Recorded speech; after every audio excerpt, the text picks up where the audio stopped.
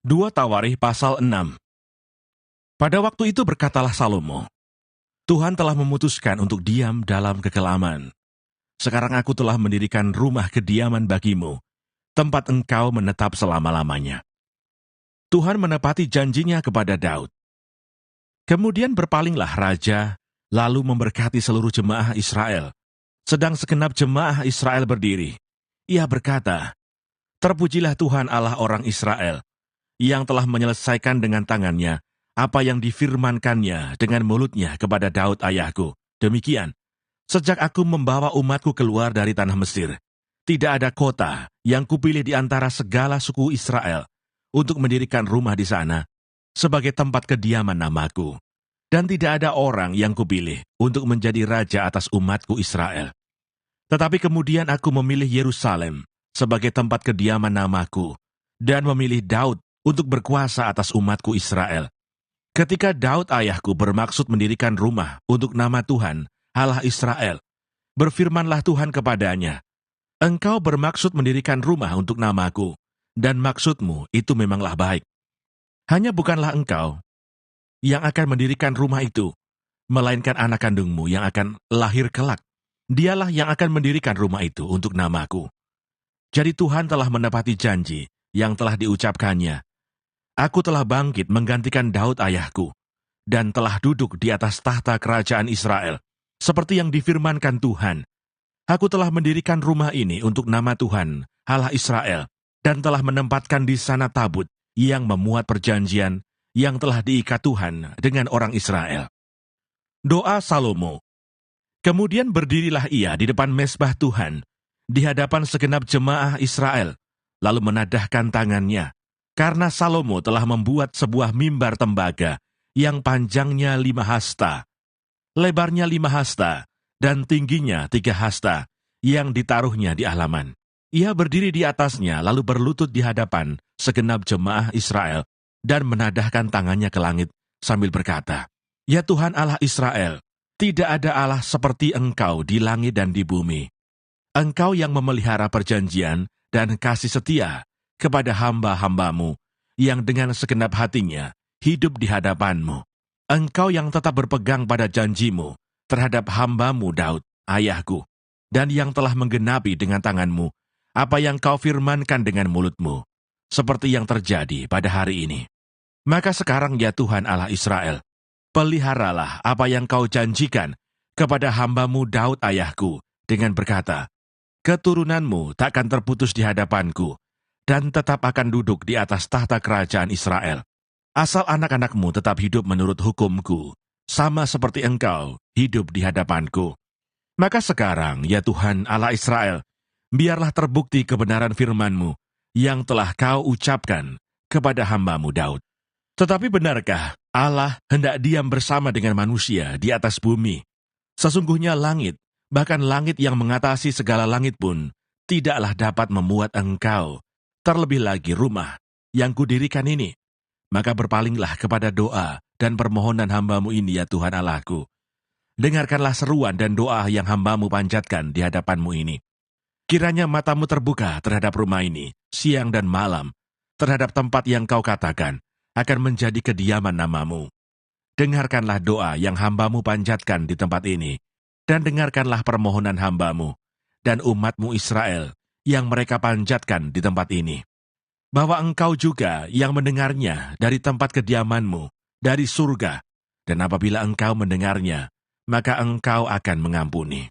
Jika seseorang telah berdosa kepada temannya, lalu diwajibkan mengangkat sumpah dengan mengutuk dirinya, dan ia datang bersumpah ke depan mezbahmu di dalam rumah ini, maka engkau pun hendaklah mendengar dari surga dan bertindak serta mengadili hamba-hambamu, yakni membalas perbuatan orang bersalah dengan menanggungkannya kepada orang itu sendiri, tetapi membenarkan orang yang benar dengan membalaskan kepadanya sesuai dengan kebenarannya.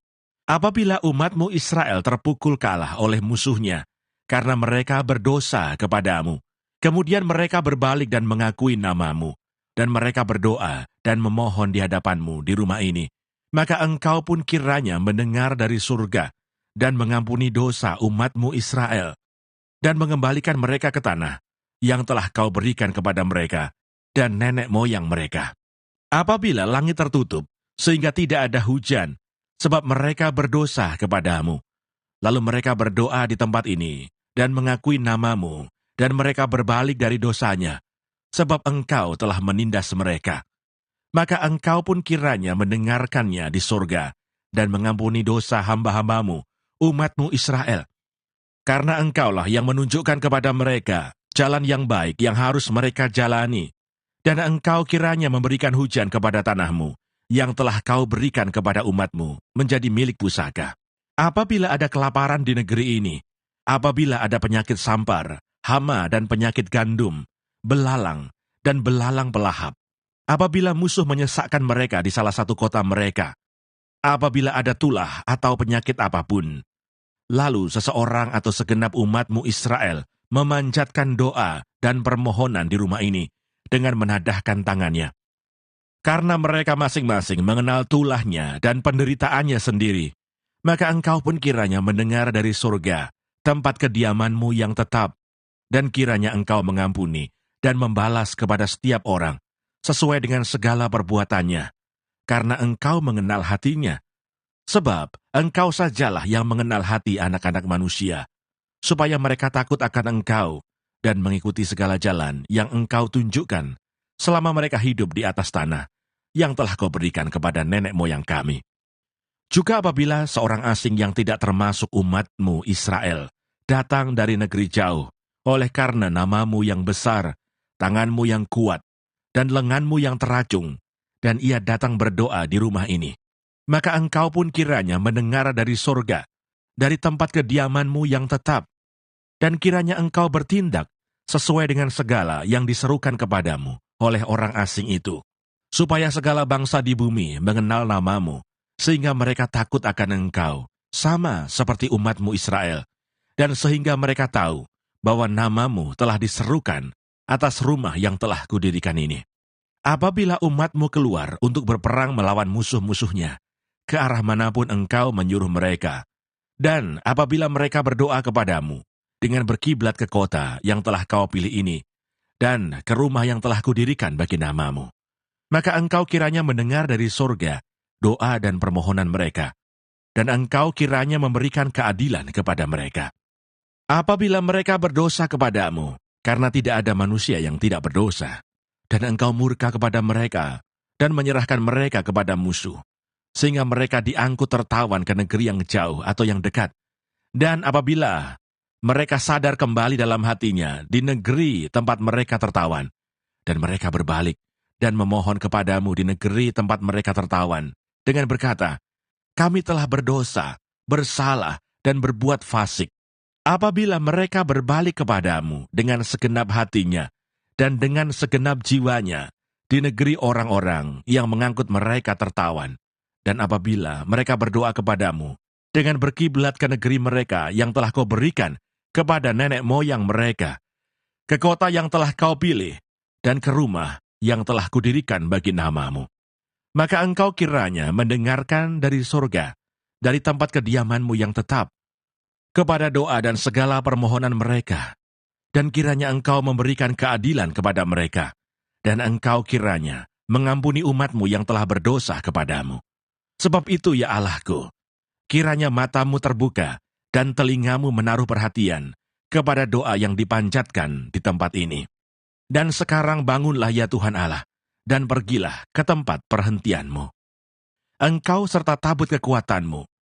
Kiranya ya Tuhan Allah, imam-imammu berpakaian keselamatan, dan orang-orang yang kau kasihi bersukacita karena kebaikanmu. Ya Tuhan Allah, janganlah engkau menolak orang yang telah kau urapi. Ingatlah akan segala kasih setiamu kepada Daud, hambamu itu. 2 Tawarikh pasal 7. Api turun dari langit, nyanyian syukur. Setelah Salomo mengakhiri doanya, api pun turun dari langit memakan habis korban bakaran dan korban-korban sembelihan itu, dan kemuliaan Tuhan memenuhi rumah itu. Para imam tidak dapat memasuki rumah Tuhan itu, karena kemuliaan Tuhan memenuhi rumah Tuhan. Ketika segenap orang Israel melihat api itu turun, dan kemuliaan Tuhan meliputi rumah itu, berlututlah mereka di atas lantai, dengan muka mereka sampai ke tanah, lalu sujud menyembah dan menyanyikan syukur bagi Tuhan, sebab Ia baik, bahwasanya untuk selama-lamanya kasih setianya. Korban pentahbisan dan perayaan. Lalu raja bersama-sama seluruh bangsa mempersembahkan korban sembelihan di hadapan Tuhan. Sebagai korban sembelihan Raja Salomo mempersembahkan 22.000 ekor lembu sapi dan 120.000 ekor kambing domba. Demikianlah raja dan seluruh bangsa mentahbiskan rumah Allah. Para imam telah siap berdiri pada tempat mereka. Begitu pula orang-orang Lewi telah siap dengan alat-alat musik untuk memuliakan Tuhan, yakni alat-alat musik yang dibuat Raja Daud untuk mengiringi nyanyian syukur bagi Tuhan, bahwasanya untuk selama-lamanya kasih setianya.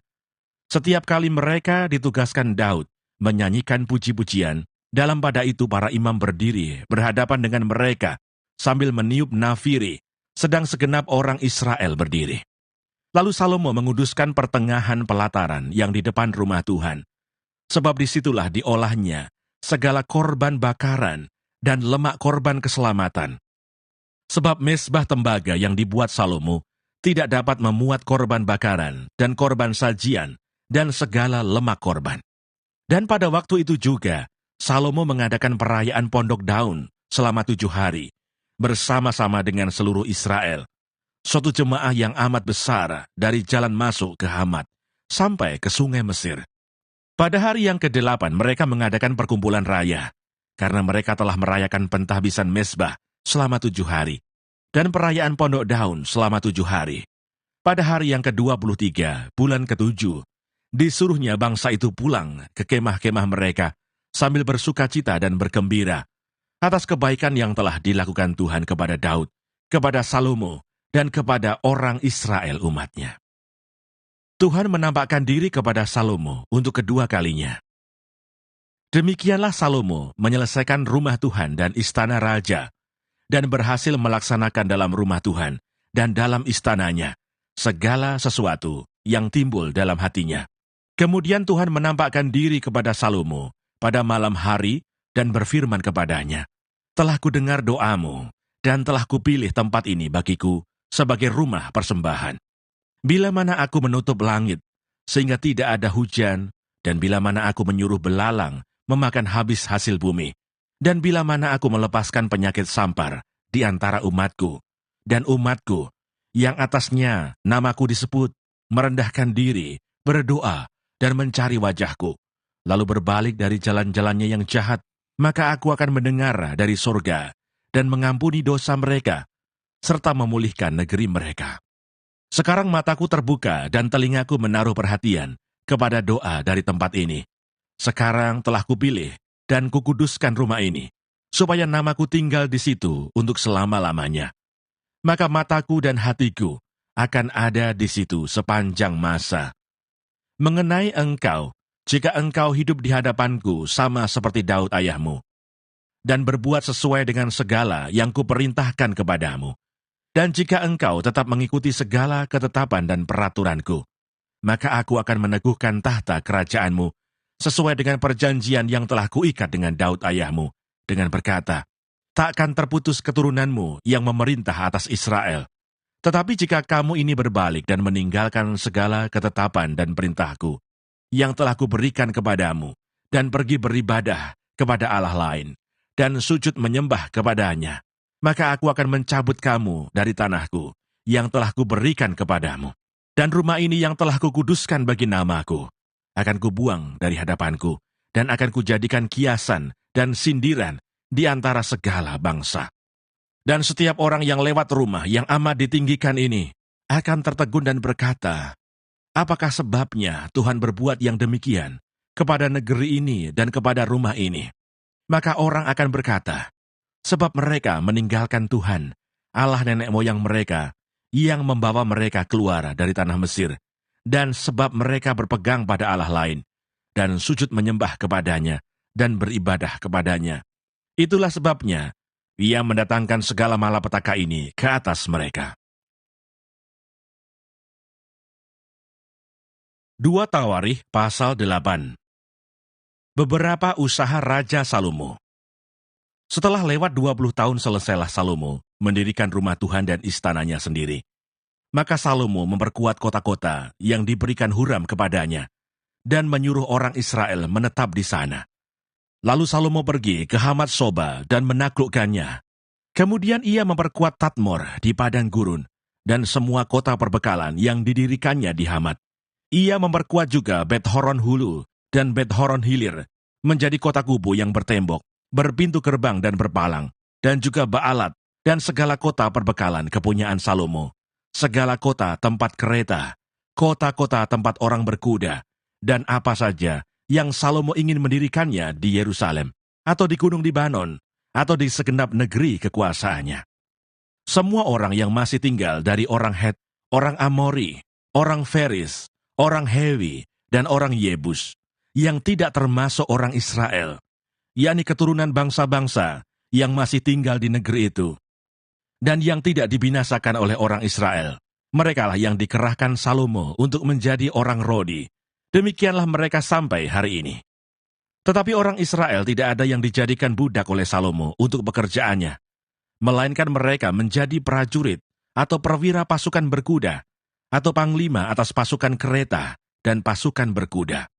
Dan inilah pemimpin-pemimpin umum Raja Salomo, 250 orang yang memerintah rakyat.